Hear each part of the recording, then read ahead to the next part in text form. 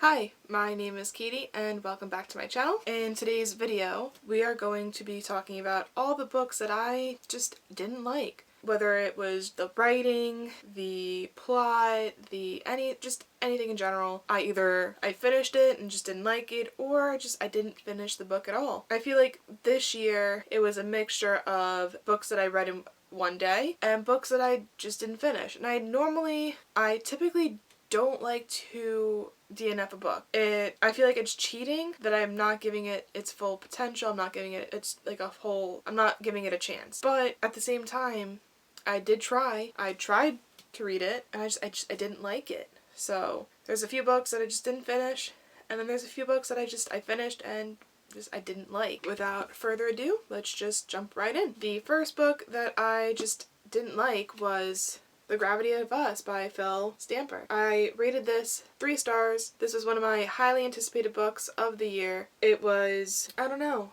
I just was very much looking forward to this book. However, upon reading it, I was reading it for Owls 2020, for Muggle Studies, a book in the perspective of a Muggle, and I probably would have DNF'd it if it wasn't for the Owls, because I had to finish it, or at least I wanted to finish the book for the Owls. And I don't know, I mean, I'm glad that I did finish it, I'm glad that I did give it its chance, but I don't know, I loved it and I hated it, so I liked it, but I also didn't like it. I don't know. I probably will get rid of this because I don't see myself rereading it, or I might just reread it one more time, give it a chance, but not put it up on this high pedestal that I originally had it as. I really don't know. My main problem, I liked how it was science. I love science. I majored in science. There were some funny lines. I believe that there was accurate representation. I thought the ending was perfect for it, which is why I'm glad that I finished the book. My main problems were, I don't understand how an engineer is analyzing dirt,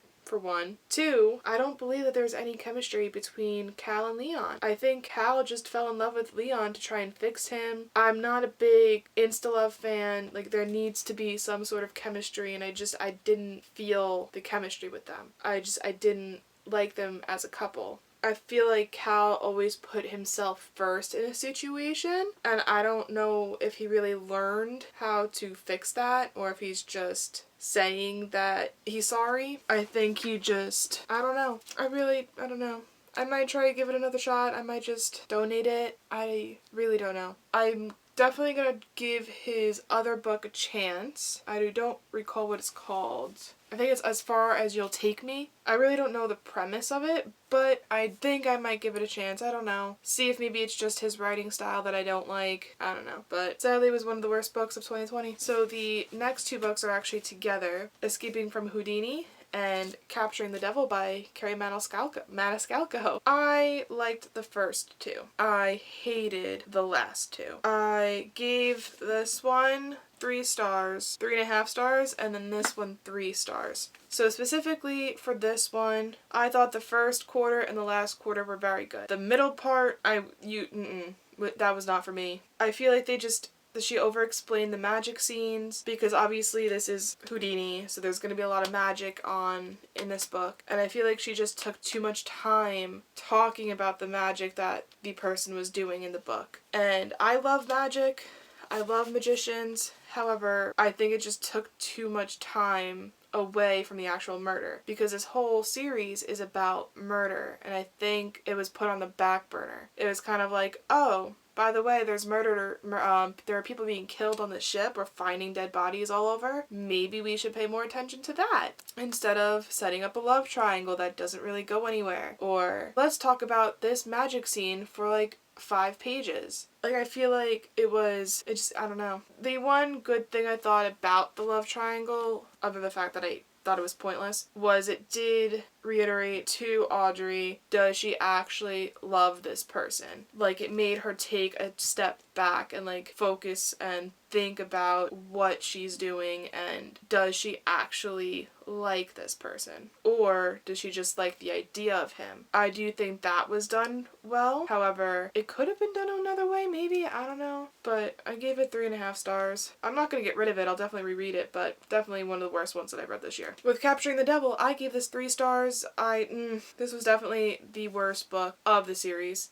It was more of a romance with a side of murder, if you catch my drift. I loved the twist in the romance at that one particular scene. I don't want to spoil anyone, but I did love that one scene when something was happening with Audrey and Thomas and somebody comes in and shakes up the whole scene. However, I think it was a romance with a side of murder. I kind of forgot that we were supposed to be solving a murder in this book. It was, I don't know. And when you find out who the murderer was, I didn't actually realize that's who it was. I thought it was, they were doing something else. Like, I had to go back a few pages and like reread like the last 2 chapters because I just didn't realize that's who the murderer was. Like, I think it was just like, oh, we'll just make him the murderer. Like, there was no connection at all. But maybe I'll reread it and give it another shot. I really don't know. But that's why I put it on my worst of 2020 list. So the next book that I'm talking about is An Enchantment of Ravens by Margaret Rogerson. I originally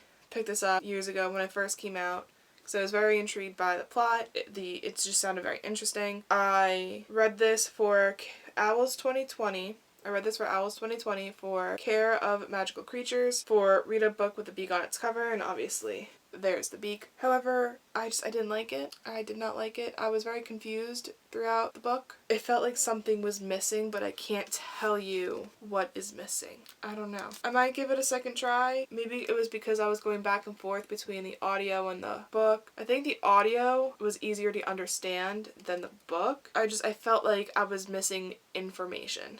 And that, granted, that could have just been me going back and forth between the book and the audiobook. Or there really could just be information missing. I don't know. So I don't see myself picking it up anytime soon. Maybe if it comes up in like a reading prompt. I don't know. But I didn't like it. I have her other book, Sorcery of Thorns, I believe it's called, where everyone loves it. I started it, got up to I think chapter 8, and I put it down because I was not in a fantasy mood.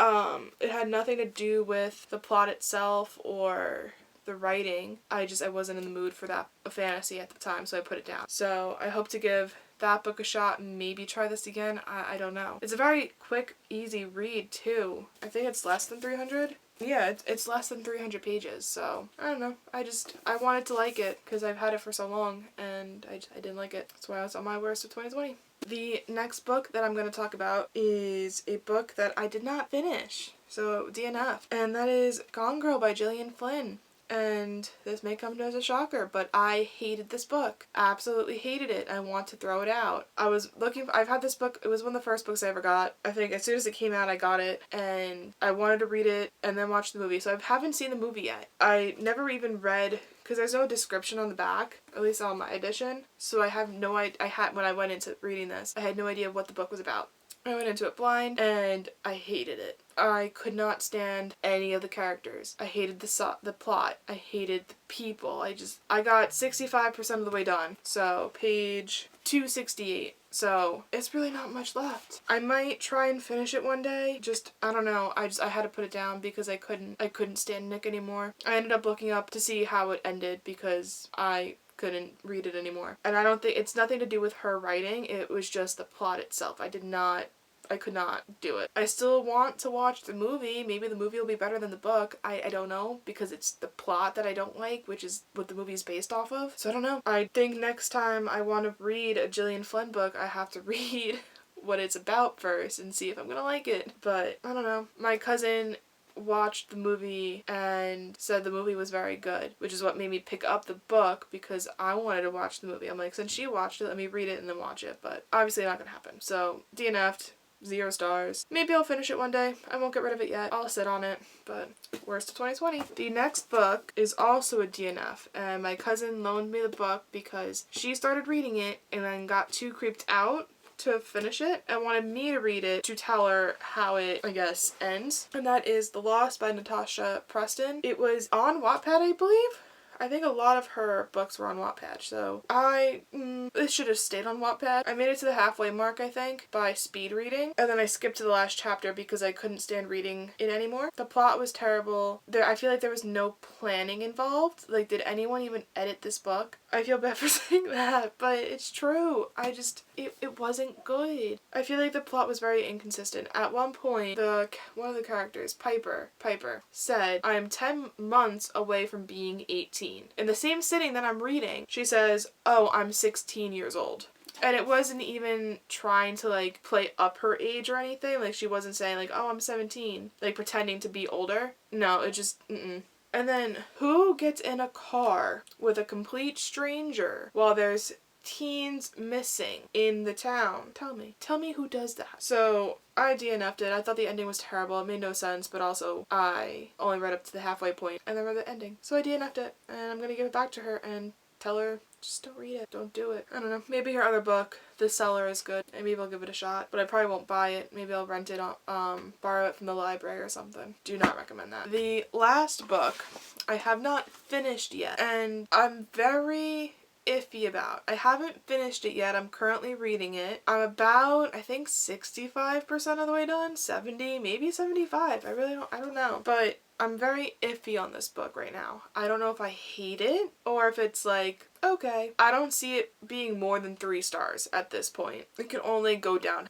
Sorry, my camera turned off. So as I was saying, I really can't tell you what the plot is about. I was reading and reading and reading, and it's a lot of info dump and talking about the scenery, and I like how it takes place in Alaska. I haven't really read many books that take place in Alaska, but I really still can't tell you anything about what's happening. It's just, I'm kind of bored, and I don't know why I'm not DNFing. I really couldn't tell you, but like, I hate, what's her name? I couldn't even tell you what her name is. What's her name? I gotta look up what her name is. Oh, it says I'm 71% of the way done. Ah, her name is Grace. I don't like her. She irks me. I don't even know if I really like anyone in this book. Maybe the cousin, but I'm trying to blank on what the cousin's name is. The only people whose names I know are Jackson, Flint, I think it's Meki. I don't know if I'm pronouncing that right. Those are the only 3 characters that I actually need the names of, and I don't like any of them. I mean, I kind of like Jackson and Flint because I'm like curious, especially with Jackson's background. I feel like, I mean, this is not going to be a shock for anyone, but Jackson is a vampire, and the way that it's different from any of the other vampire books, because in the book, at least in this world, vampires can be born naturally and not just made. And Jackson was born naturally. So because of that, he has like certain powers. And I find that very interesting and intriguing because that's not like normal vampire books that we have. And then there's dragons in here as well. And werewolves. So I think that's the only reason why I'm still reading this book, is because I find that part interesting. Mainly because I have never read a dragon book. I've never read a vampire book like this. But I can't even remember the main characters' names other than those 3 people. And I really can't tell you what the plot is. Like, can someone please explain what the plot is? Is it just because they're trying to kill her? Like, someone's trying to kill her? Because that honestly doesn't happen until like halfway through the book. Like, I just kept updating Goodreads of like, what's happening, because I can't tell you what's happening. But I don't know. I almost bought the second book today at Barnes & Noble, but at the same time I'm like, why am I gonna buy it if I haven't even finished it, and it's gonna be on my worst books of the year, and I don't even know if I like it. So I did not buy it, but I don't know. And that's why I'm anticipating this to being on my worst of 2020 when I haven't even finished it, even though I will finish it. So those were all of the books that I deemed were the worst books that I read of 2020. I'm sorry if any of these books were your favorite. I don't mean to be mean about it. I just did not like it. It has nothing against you. This is all my opinion. If you loved some of these books, let me know why. I would love to know. And other than that, that's it. So I thank you for watching, and I hope you subscribe down below, leave a comment, do whatever. Let me know what video you'd like to see next. Bye!